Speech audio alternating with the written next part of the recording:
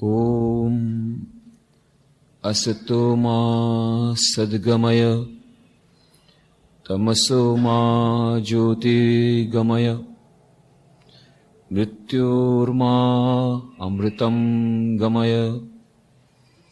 ॐ शान्ति शान्ति शान्ति।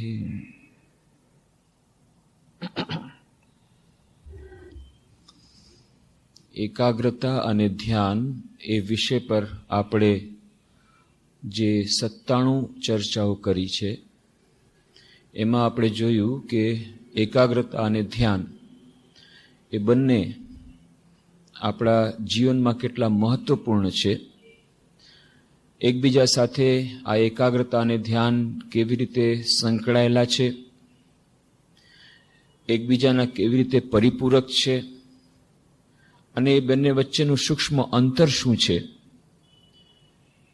આપણા દૈનિક જીવનમાં સુખ અને શાંતિ માટે તેમજ શાશ્વત સુખ અને શાશ્વત શાંતિની પ્રાપ્તિ માટે આ બંનેની કેટલી જરૂરિયાત છે. ધ્યાનના વિભિન્ન પ્રકારો અને ધ્યાનનો અભ્યાસ કરવા જતાં જે વિભિન્ન બાધાઓ આવે છે એ બાધાઓનું અતિક્રમણ કેવી રીતે કરી શકીએ એ બધાની ચર્ચા પણ આપણે કરી છે. અને આપણે કહ્યું છે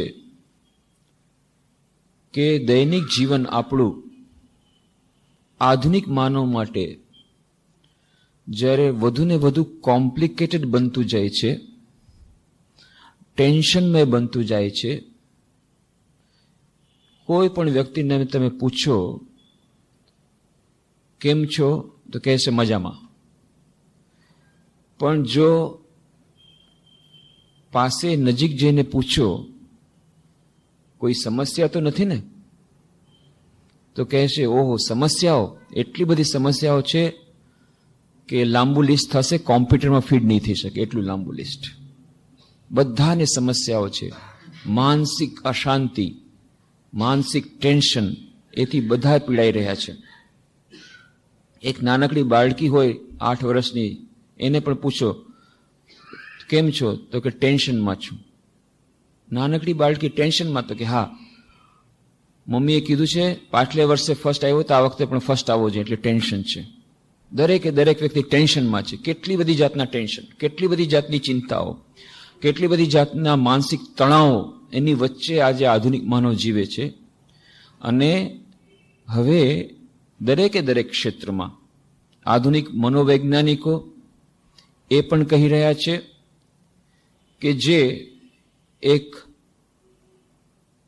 સાયકોલોજીકલ એક ક્ષેત્રમાં એ લોકોએ પ્રારંભ કર્યો હતો, સાયકો એનાલિસિસ અને સાયકેટ્રિસ્ટ અને સાયકો એનાલિસ્ટ, જે ફ્રોઈડથી શરૂઆત થઈ અને પછી વિભિન્ન પ્રકારના બીજા મનોવૈજ્ઞાનિકો આવ્યા. ધીરે ધીરે એ લોકો પણ આ ધ્યાનના મહત્વને મનની શાંતિ માટે, મનના નિયંત્રણ માટે, મનની સ્વસ્થતા માટે ધ્યાનના મહત્વને સમજી રહ્યા છે. અને કેટલાક લોકો હવે આ સાયકોથેરાપીમાં ધ્યાનને એક આવશ્યક અંગ માની રહ્યા છે.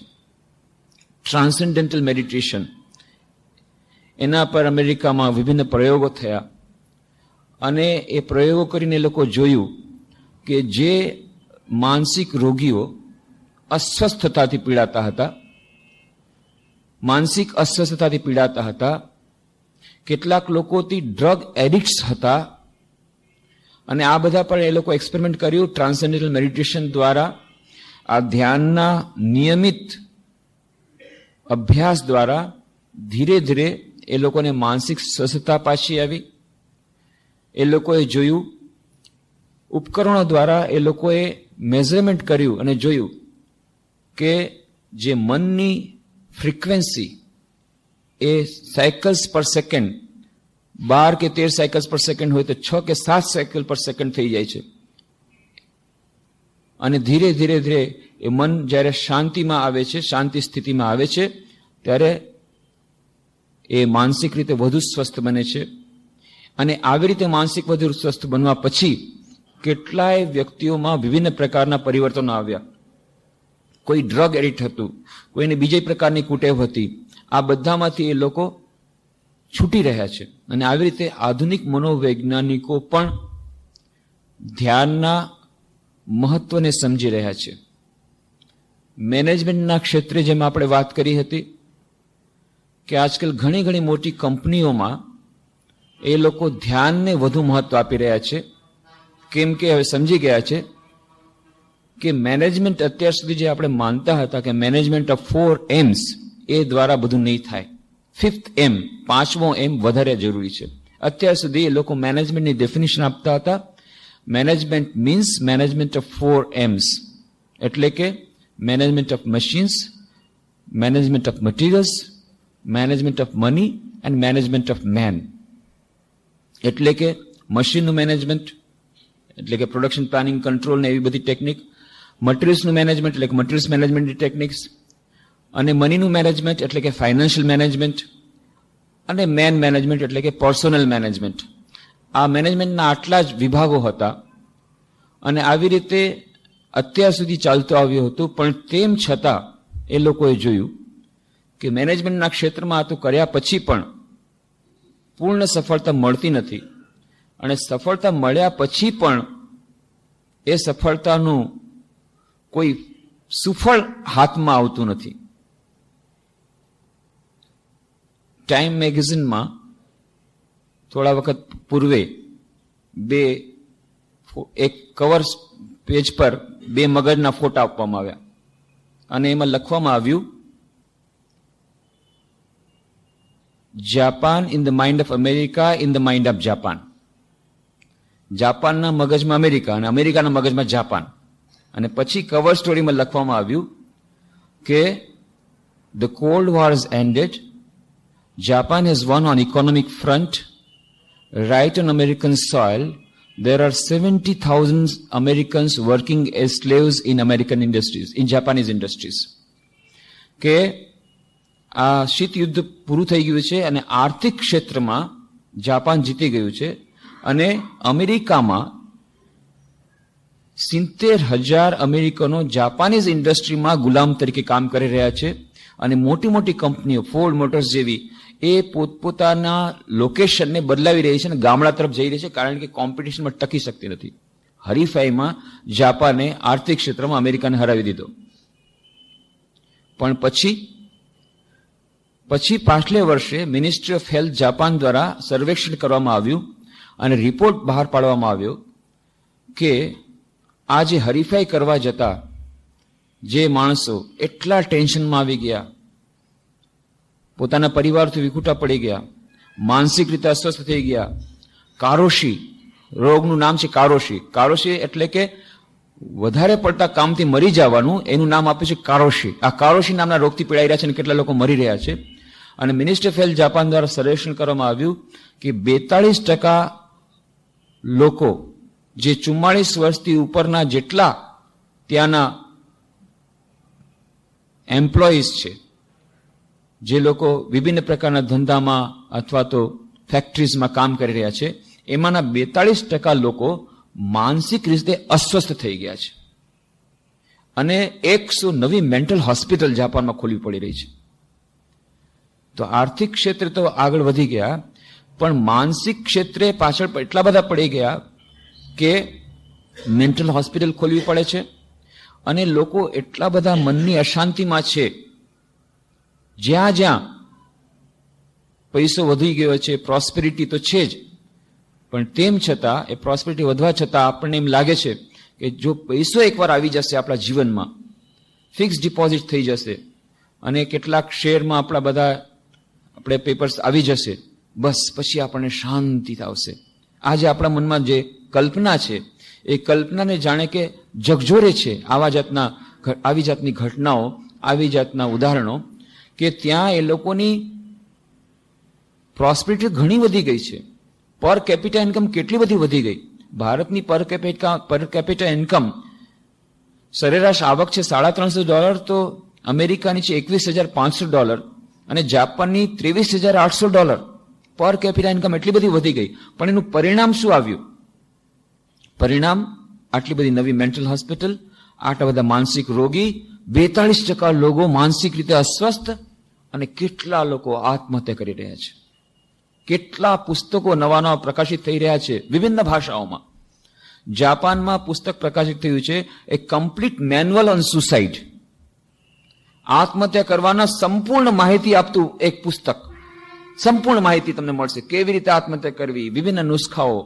અને ઓક્ટોબર 93 એ પ્રકાશિત થયું. એના પછી લાખો પ્રતો એની વેચાઈ ગઈ, અને કેટલાક લોકો તો જંગલમાં નદીને કિનારે જેવી રીતે કહેવામાં આવ્યું તેવી રીતે પુસ્તક હાથમાં લઈને જે પ્રકારે કહેવાય એવી રીતે આત્મહત્યા કરીને મરી ગયા.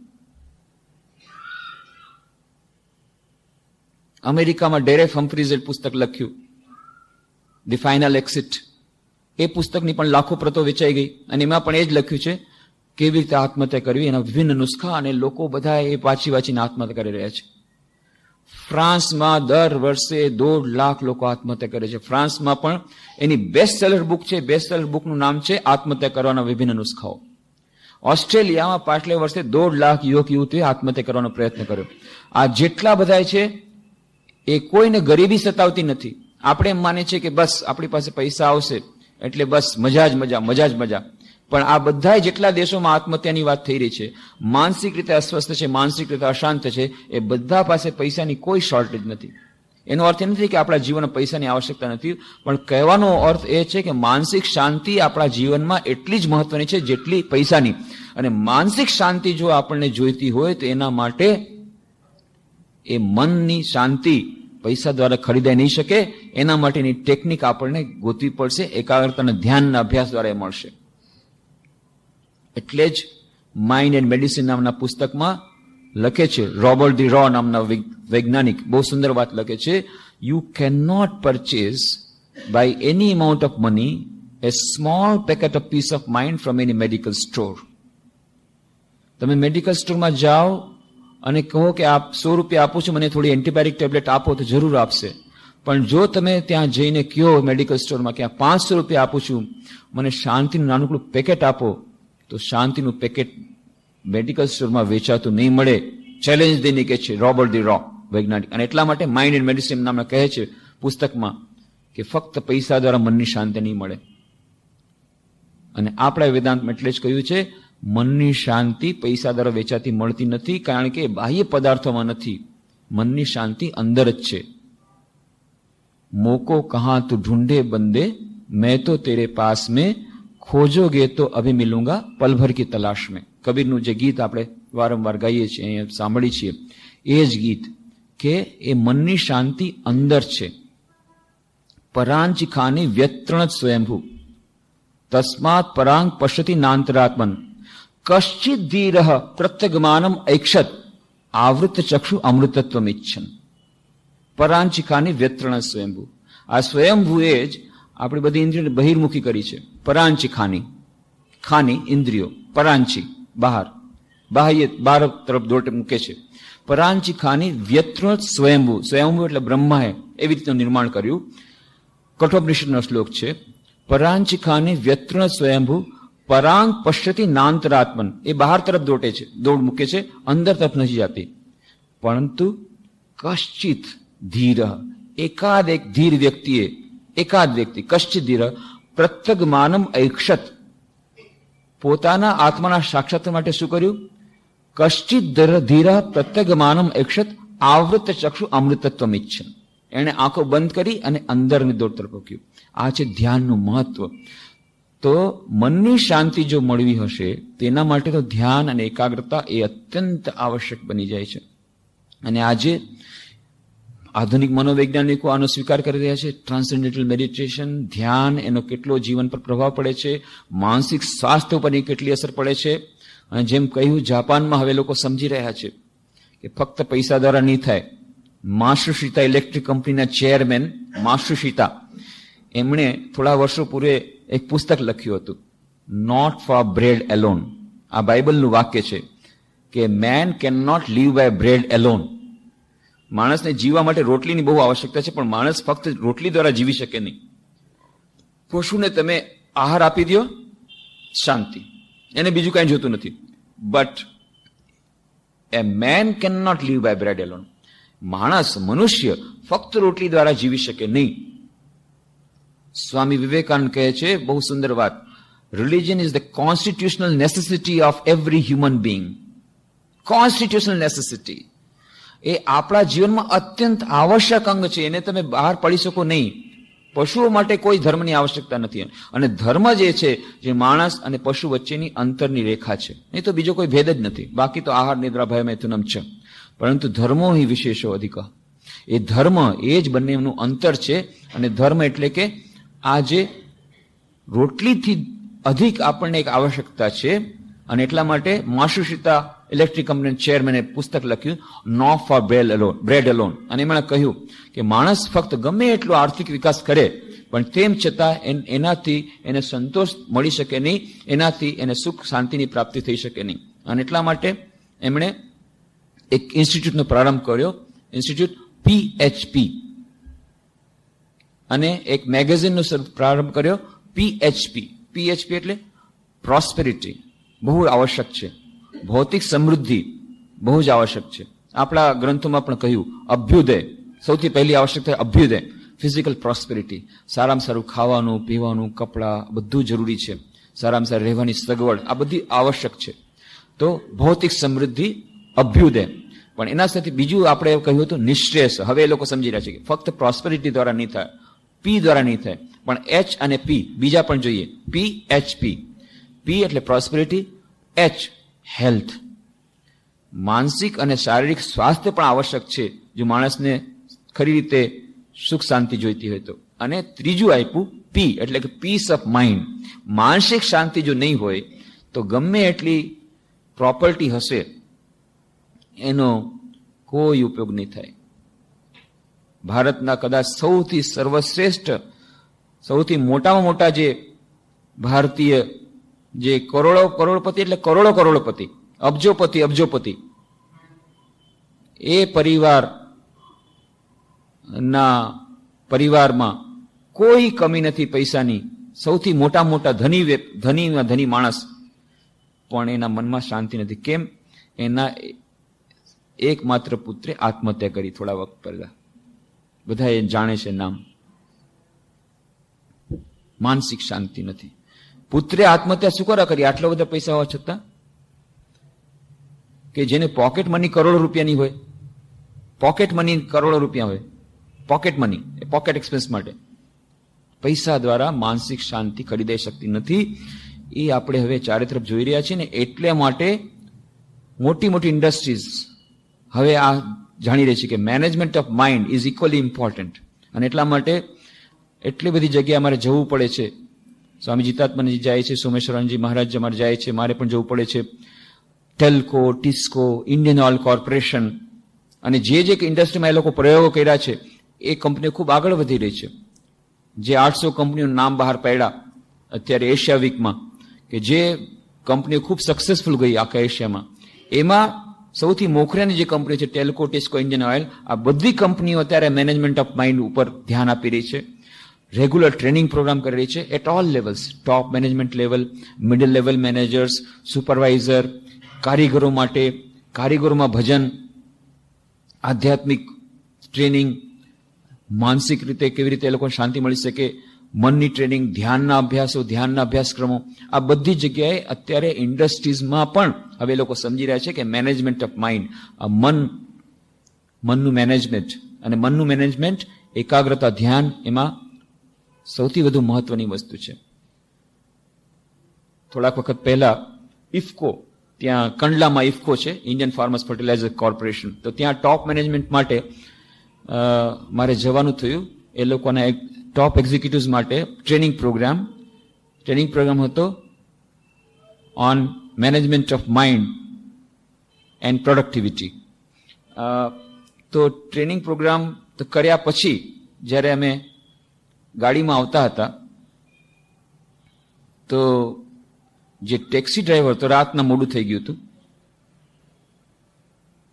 રાતના મોરબી પાસેથી જે બાયપાસમાં જવું જોઈએ એ બાયપાસ તેણે છોડી દીધો પછી એક બીજો રસ્તો છે જેમાં બજારમાંથી નહીં જવાય, એ રસ્તો છોડી દીધો. એને કેટલી વાર કીધું કે ભાઈ જરા પૂછી લે તને, અરે તમે ચિંતા નહીં કરો, એકદમ પૂરપાટ ફૂલ સ્પીડમાં ગાડી ચલાવે છે. રાતના 11 વાગી ગયા છે, લગભગ 10, સાડા 10 વાગી ગયા છે. અને અમને શંકા પણ હતી કે કંઈક એને ખાધું પીધું પણ છે એક જગ્યાએ હોટલમાં. હવે શું ખાધું પીધું કઈ ખબર નહીં, પણ એકદમ જોરદાર પોતાના મૂડમાં છે. અરે ભાઈ જરાક ફૂલ સ્પીડમાં ચલાવે છે, જરાક આપણે પૂછીએ. અરે ફૂલ સ્પીડ પૂછવા માટે પણ ગાડી અટકાવવાની એની જરૂર નથી. છેવટે પછી બળજબરીથી કહેવું પડ્યું કે ભાઈ હવે તો આ બધી જે વસ્તુ આવે છે અમે કોઈ દિવસ જોઈ નથી એવો રસ્તો આવે છે. કારણ કે કચ્છ ઘણી વાર જવાનું થયું હતું, પણ આ રસ્તા પર નહોતું જવાનું થયું. પછી ખબર પડી કે મોરબીથી અમે લોકો 40 કિલોમીટર આગળ વધી ગયા હતા અને ત્યાં અમદાવાદ પહોંચી જતા રાતના 1 વાગે. આપણા બધાની આ દશા છે. એટલું ફૂલ સ્પીડમાં આપણી ગાડી ચાલી રહી છે જીવનની. કોઈને પણ પૂછો ભાઈ એકાગ્રતા, ધ્યાનનો થોડો અભ્યાસ, સમય નથી હમણાં, જરાય સમય નથી. ફૂલ સ્પીડમાં ગાડી ચાલે છે, પણ તમે ક્યાં જાઓ છો એ તો જરા વિચાર કરો. ના હમણાં ટાઈમ નથી, પૂછવાનો ટાઈમ નથી, વિચારવાનો ટાઈમ નથી, બધું પછી. ક્યારે? જ્યારે ગાડી અમદાવાદ પહોંચશે ત્યારે ખબર પડશે કે ભાઈ આપણે રાજકોટ જવું હતું, અને then it may be too late. પછી યમરાજને તમે કહેશો ભાઈ મને 1 સેકન્ડ આપતો, યમરાજ કે 1 સેકન્ડ આપવાનો નથી, નો ગ્રેસ માર્ક. બાકી બધી જગ્યાએ ગ્રેસ માર્ક મળે છે, યમરાજ પાસે કોઈ એક્સટેન્શન નથી. ત્યાર પછી આપણે કહીશું હવે એકાગ્રતા ધ્યાનનો અભ્યાસ કરવાનો ટાઈમ નથી મળ્યો, આરામથી રિટાયરમેન્ટ પછી કરશું, પછી આમ થઈ જાય પછી કરશું, હમણાં નહીં કરતા કરતા પછી જ્યારે ગાડી બીજી જગ્યાએ પહોંચી જશે પછી રિટર્ન જર્નીની શક્યતા નહીં રહે. એટલા માટે એકાગ્રતા ધ્યાનનો અભ્યાસ આજથી શરૂ કરવો પડશે, અત્યારથી શરૂ કરવો પડશે. જેટલા સમુદ્રના મોજા તો રહેશે જ, એ સમુદ્રના મોજા ક્યારે શાંત થવા નથી. આપણને એમ લાગે છે બસ આ મોજા બસ શાંત થાય એટલે તરત જ સ્નાન કરશું, અને મોજા કોઈ દિવસ શાંત થવાના નથી. એટલે મા શારદા દેવી બહુ સુંદર એમના ઉપદેશો, આવતીકાલે મા શારદાની જયંતિ છે એટલે માતૃવાણી વાંચી રહ્યો હતો, બહુ સુંદર એક વાત મા શારદા દેવી લખે છે. અમારી ફરજ છે એમ સમજીને બધા આ કે તે સાધના કરે છે, પરંતુ ઈશ્વરને કેટલા શોધે છે. તમારે તમારી ફરજ બજાવવી જોઈએ એમાં શંકા નથી. બધા કહે છે અમારી ફરજ બજાવી છે, અમે ટીચર છીએ, અમે હાઉસવાઈફ છીએ, અમારે ગૃહસ્થીનો કેટલો મોટો બોજો હોય, અમારે બાળકોને પાલન પોષણ કરવાનું હોય, પિતા કહે છે મારે નોકરી કરવાની, બધાને પોતપોતાની ફરજ છે જ અને એ બજાવવી જોઈએ, એમાં શંકા નથી. શ્રી રામકૃષ્ણ મા શારદાદેવી, સ્વામી વિવેકાનંદ કોઈ દિવસ નથી કહેતા કે તમે પોતાના સ્વધર્મનો ત્યાગ કરો, જંગલમાં જાઓ, હિમાલયમાં જાઓ, નહીં. ફરજ તો બજાવવી જ જોઈએ. તેની લીધે તમારું મન સારી સ્થિતિમાં રહે છે. એ પણ વાત સારી છે કે જો કોઈ પોતાની ફરજ ન બજાવે અને કામ ન કરે, આખો દિવસ એમને બેઠા રહે, તો કેટલાક લોકો એવા છે જેની વાત આપણે કરી હતી કે જે લોકો 24 કલાક જપ ધ્યાન કરી શકે, એ શક્ય નથી. ખાલી દિમાગ શૈતાન કા, an empty mind is devil's workshop અંગ્રેજીમાં કહેવાય છે ને હિન્દીમાં કહેવાય છે ખાલી દિમાગ શૈતાન કા. તો ખાલી રહેવાથી જો કામકાજ નહીં કરીએ તો એ તો શૈતાનું થયા છે. કેટલા લોકો એવા છે જે 24 કલાક જપ ધ્યાન કરી શકે. એટલે કામ તો કરવું જ પડશે, આપણું જે સ્વધર્મ છે એનું પાલન તો કરવું જ પડશે, આપણી ફરજ તો બજાવવી જ પડશે. પણ ફરજ બજાવતા પણ થોડોક સમય, પરીક્ષાના દિવસોમાં પણ વિદ્યાર્થી ટાઈમ કાઢવો પડશે. બિઝનેસમાં મંદી હશે કે તેજી હશે, મંદી હોય તો ડિપ્રેશનમાં રહેશે કે ભાઈ હમણાં મારું મૂડ નથી, હમણાં મને આ બધી વાત નહીં કરતા, મારું મૂડ બહુ ખરાબ છે. અચ્છા ઠીક છે, હવે તેજી આવી ગઈ તો હમણાં ટાઈમ નથી, હમણાં મારી સાથે વાત નહીં કરતા, બિલકુલ ટાઈમ જ નથી. નવી બ્રાન્ચ ખોલી છે લંડનમાં, તેજી આવી તો ટાઈમ નથી, મંદી આવી તો હમણાં મને મૂડ નથી આ બધું ધ્યાનનો અભ્યાસ કરવા માટેનો. તો હંમેશા બહાનું તો કાંઈ ને કંઈ રહેશે જ. તો ફરજ બજાવવી જોઈએ એમાં શક નથી. તેની લીધે તમારું મન સારી સ્થિતિમાં રહે છે, એ પણ વાત સાચી છે. પરંતુ જપ, ધ્યાન અને પ્રાર્થના કરવાની પણ ખૂબ જ જરૂર છે. ઓછામાં ઓછું સવારે ને સાંજે તો એ બધું કરવું જ જોઈએ. આ જાતનો અભ્યાસ એ હોળીના સુકાન જેવો છે. સાંજે પ્રાર્થનામાં બેસતી વખતે આખા દિવસમાં પોતે સારા કે નરસા કેવા કામો કર્યા છે તેનો માણસ વિવેક બુદ્ધિથી વિચાર કરી શકે છે. તે પછી તેણે આગલા દિવસની માનસિક સ્થિતિની સાથે એ દિવસની માનસિક સ્થિતિની તુલના કરવી. ત્યારબાદ જપ કરતી વખતે પોતાના ઈષ્ટદેવનું ધ્યાન કરવું. ધ્યાનમાં પહેલા ઈષ્ટદેવનું મોઢું જ દેખાય છે, પરંતુ પગથી શરૂ કરીને આખા શરીર પર ધ્યાન ધરવાનો પ્રયત્ન કરવો. તમારા કામકાજની સાથોસાથ જો તમે ધ્યાન ધરો નહીં તો પછી તમે શુભ કરી રહ્યા છો કે અશુભ તેની તમને ખબર કેમ પડે. આ ધ્યાનનું એક કેટલા બધા જે ઉપાય, જે મહત્વપૂર્ણ એના કારણો, એમાંનું એક કારણ મા શારદા દેવી બતાવે છે સેલ્ફ એનાલિસિસ, સેલ્ફ ઇન્ટ્રોસ્પેક્શન, કે આપણને ખબર પડે કે ગાડી અમદાવાદ તો નથી જઈ રહી ને. આપણે થોડુંક પણ સ્પીડ ઓછી કરીને જોવાનો પ્રયત્ન કરશું, પાનવાળાને, હોટલવાળાને પૂછશું તો ખબર પડશે, પેટ્રોલ પંપને પૂછશું તો ખબર પડશે કે ભાઈ ગાડી કઈ તરફ જઈ રહી છે. પણ કે અમને જરાય ટાઈમ નથી, એ નહીં ચાલે. વચમાં આજે સાંજના પ્રાર્થના ધ્યાન કરતી વખતે આ ઇન્ટ્રોસ્પેક્શન, કે મારા જીવનની ગાડી કઈ દિશામાં જઈ રહી છે. આ પૃથ્વી પર આપણે આવ્યા છીએ તો આપણા જીવનનો ઉદ્દેશ્ય શું છે, અને જીવનના ઉદ્દેશ્ય તરફ આપણી ગાડી જઈ રહી છે કે નહીં. પહેલા તો આપણે ઉદ્દેશ્ય જ ઠીક નથી કર્યો. ઘણાને ખબર જ નથી કે ગાડીને ક્યાં લઈ જવાની છે. સ્ટીયરિંગ વ્હીલ પર બેસી ગયા અને એક્સેલેટર દબાવી દીધું, અને ગાડી રસ્તો જ્યાં લઈ જાય ત્યાં જાય છે, પણ રસ્તો કઈ તરફ લઈ જાય છે, કયો રસ્તો લેવાનો છે એની પણ આપણને ખબર નથી. કારણ ખબર જ નથી ગંતવ્ય સ્થાન કયું છે. એ પણ ખબર નથી કે રાજકોટ જવું છે અમદાવાદ, તો પછી બસ તો વાંધો નથી, ચલાવો. પાછળથી ખબર પડે છે, ઓહો વિચાર્યું નહીં આપણે જવું તો રાજકોટ. રાજકોટ જ જવું આપણા માટે હિતાવ હતું, પણ રાજકોટમાં આપણું મકાન છે, આપણું પોતાનું મકાન છે, ત્યાં જવાનું છે. આપણું પોતાનું મકાન રાજકોટમાં, એ ભૂલી ગયા છે. તો આપણું ગંતવ્ય સ્થાન છે ચિદાનંદ રૂપ શિવોહમ શિવોહમ. ત્યાં આપણા પોતાના ગંતવ્ય સ્થાનમાં જવાનું છે, જે આપણું પોતાનું ઘર છે, જ્યાંથી આપણે આવ્યા છીએ એ જ જગ્યાએ આપણે પાછું જવાનું છે. ને એ જગ્યાએ પાછું જવું છે તો આપણા જીવનની ગાડીને એ દિશા તરફ મોડવી હોય, હંમેશા આપણી જીવનની ગાડીને એ તરફ લઈ જવાની હોય, તો આપણે એ તરફ ગાડી જઈ રહી છે કે નહીં, એ વાત વિચારવાના માટે પણ થોડોક સમય દરરોજ સાંજના કાઢવો પડે. મા શારદા દેવી સુંદર રીતે સમજાવે છે કે પ્રાર્થના અને ધ્યાનનો કેટલા બધા એના મહત્વના એના લાભો છે. મનની શાંતિ માટે, પોતાના જીવનમાં આગળ વધવા માટે, એ બધું તો છે જ, પણ તેની સાથે સાથે આ ઇન્ટ્રોસ્પેક્શન, કે ધ્યાન અને પ્રાર્થના કરતી વખતે આપણને ખબર પડશે કે આપણી જીવનની ગાડી બરાબર ઠીક દિશામાં છે કે નહીં. એક માણસ જઈ રહ્યો છે અને એક બાળકને પૂછે છે રસ્તામાં કે ભાઈ મારે ફલાણી જગ્યાએ જવું છે, આ રસ્તે જવાશે? તો કે હા જવાશે. પણ ઓલાલ ભાઈ તો કહેતા હતા કે આ રસ્તે જવાનું, તો આ રસ્તે જવાશે? તું કે છે આ રસ્તે જવાનું. ઓલો ભાઈ તો કહેતો આ રસ્તે જવાનું, આ રસ્તે જવાશે? તો આ રસ્તે જવાશે. તો આ રસ્તે કેટલું લાગશે? તમે જે તું જે રસ્તો બતાવે છે એમાં કાંઈ નહીં, વધારે નહીં, 25,000 માઇલ. અને આ રસ્તે કે 2 માઇલ. દુનિયા ગોલ છે, એકવાર તો આવશો જ તમે. એટલે બંને રસ્તે જવાશે. પણ જો પૂછીને પહેલેથી નક્કી કરો તો 2 માઇલમાં થઈ જશે, નહીં તો 25,000 માઇલ ફૂલ સ્પીડમાં ચલાવીને પણ તમે 25,000 માઇલની યાત્રા કરીને આવશો તો બીજો માણસ ચાલીને તમારી કરતા પહેલા પહોંચશે. ફૂલ સ્પીડમાં ગાડી ચલાવવામાં આપણે માનીએ છીએ, પણ જોતા નથી કે આપણે કઈ દિશા તરફ જઈ રહ્યા છીએ, આપણા પગ કઈ તરફ જઈ રહ્યા છે, આપણું ગંતવ્ય સ્થાન શું છે. અને એકાગ્રતા ધ્યાનનું સૌથી મોટું મહત્વ મા શારદા દેવી બતાવે છે આ ઇન્ટ્રોસ્પેક્શન, કે આપણા જીવનની દિશા કઈ તરફ છે, આપણે શેના માટે આ પૃથ્વી પર આવ્યા છીએ, આપણે ક્યાં જવું છે. ખૂબ ફાસ્ટ તો કરીએ છીએ, ખૂબ ફાસ્ટ, એકદમ ફૂલ સ્પીડમાં ગાડી ચલાવી રહ્યા છે. બિલકુલ અત્યારે ટાઈમ નથી, મારે આટલી બ્રાન્ચેસ નવી ખોલવાની છે, આ કરવાનું છે, મારે આ મહત્વાકાંક્ષા છે, આટલા મારે ટાઈમ નથી, મારે 24 કલાક મને ઓછા પડે છે. ભગવાન પણ કેવો છે 24 કલાક આપ્યા, જો વધારે આપ્યા તો સારું હતું, પણ કોઈને 24 કલાકથી વધારે મળતા નથી. આ દિવસ સુધી કોઈને મળ્યા નથી ને કોઈને મળવાના નથી. એની અંદર જ ટાઈમ મેનેજમેન્ટ કરવું પડશે. ગાંધીજી 24 કલાક મળતા હતા, સ્વામી વિવેકાનંદ 24 કલાક મળતા હતા, રિક્ષાવાળાને 24 કલાક મળે છે, પ્રાઇમ મિનિસ્ટરને 24 કલાક જ મળે છે. 24 કલાકનું જ મેનેજમેન્ટ કરવું પડશે. ઘણી જગ્યાએ સ્કૂલ કોલેજમાં જવાનું થાય છે.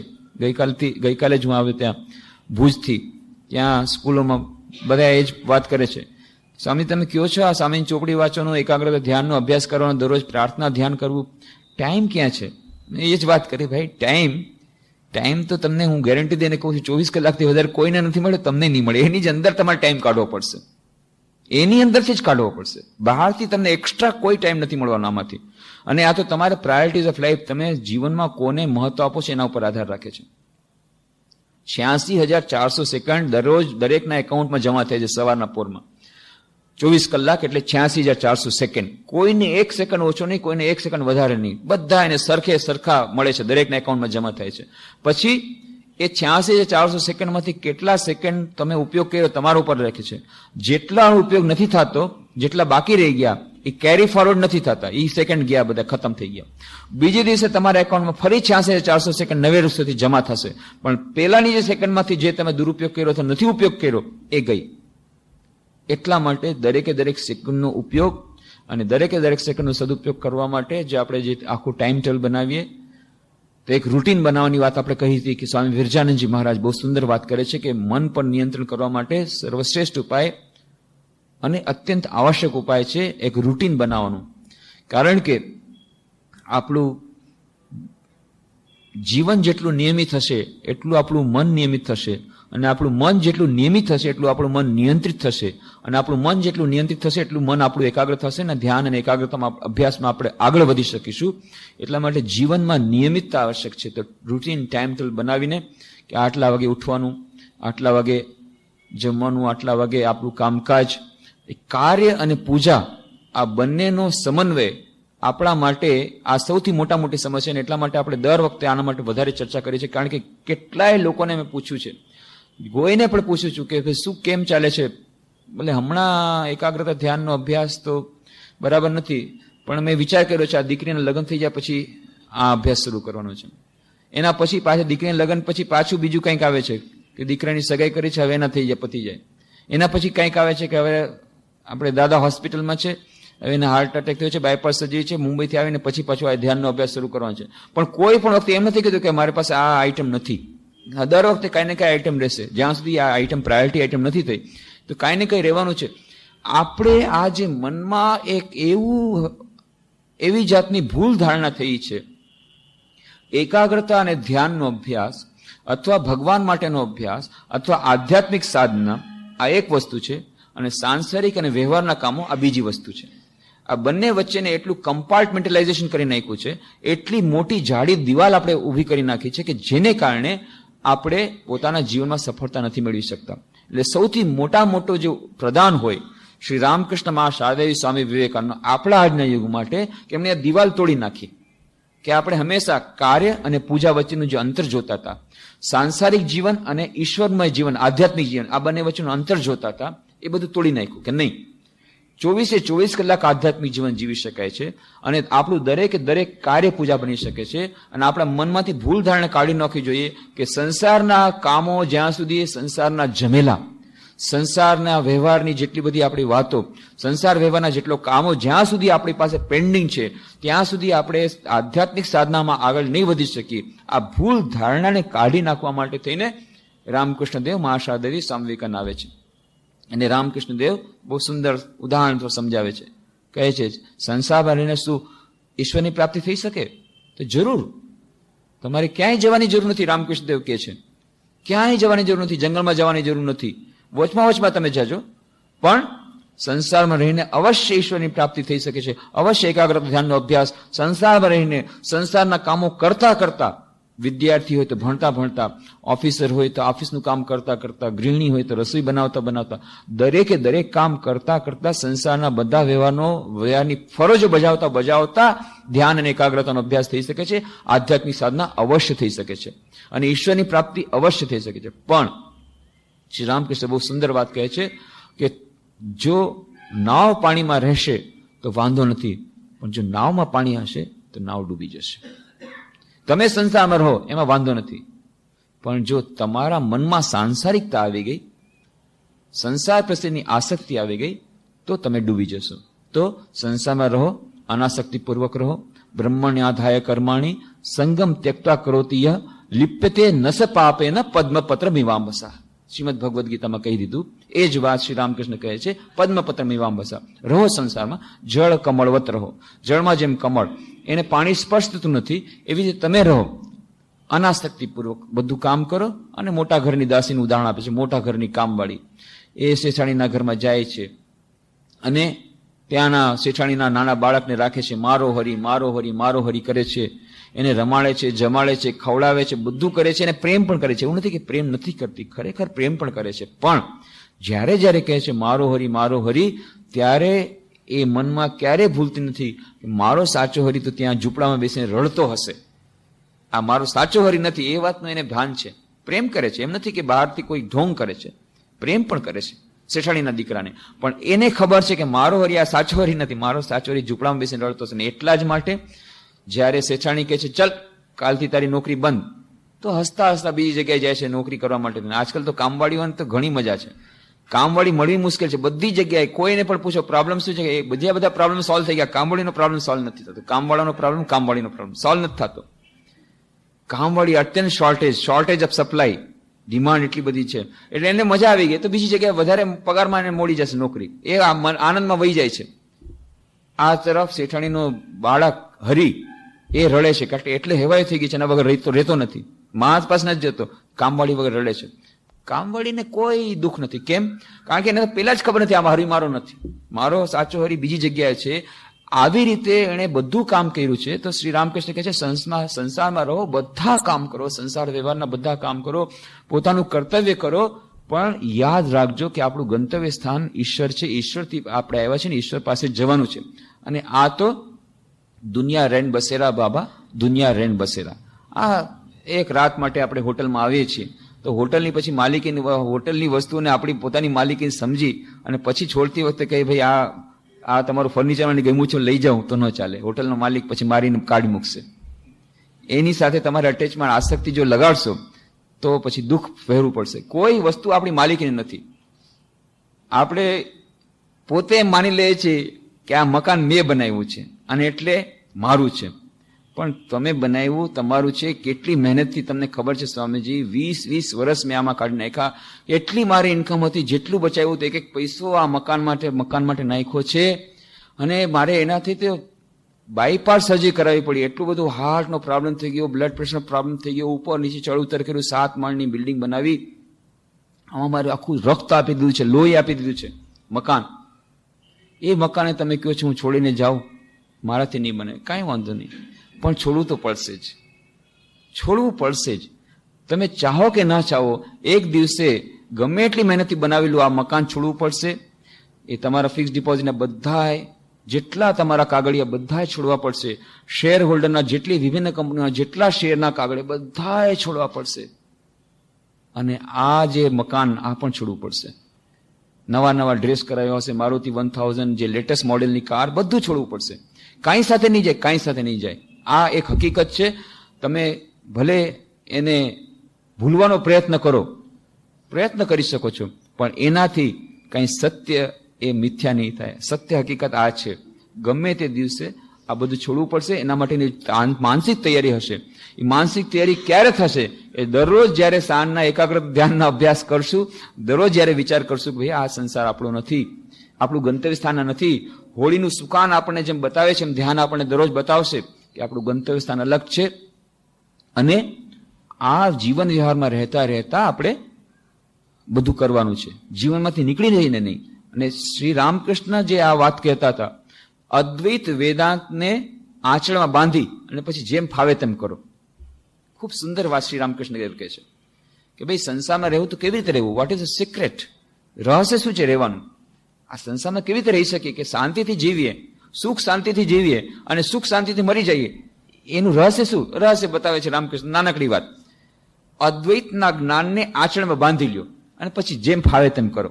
કેટલાક લોકો એમ વિચાર કરે છે જેમ ફાવે તેમ કરવાનો અર્થ છે જેમ ફાવે તેમ કરો, પણ પછી ખબર પડશે જેમ ફાવે તેમ કરવાનો અર્થ એ નથી.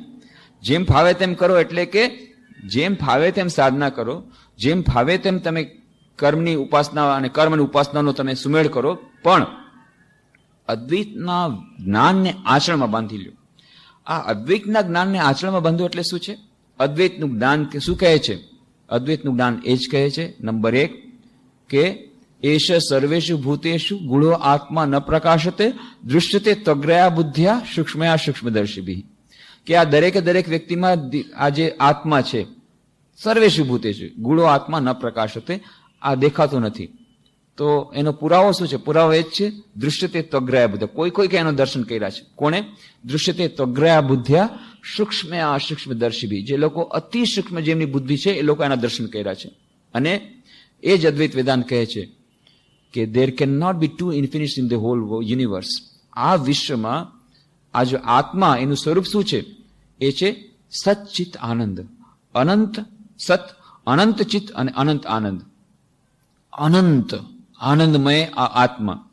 તો પછી બીજું અદ્વૈત વેદાંત વાત કરે છે કે અનંત બે હોઈ ન શકે.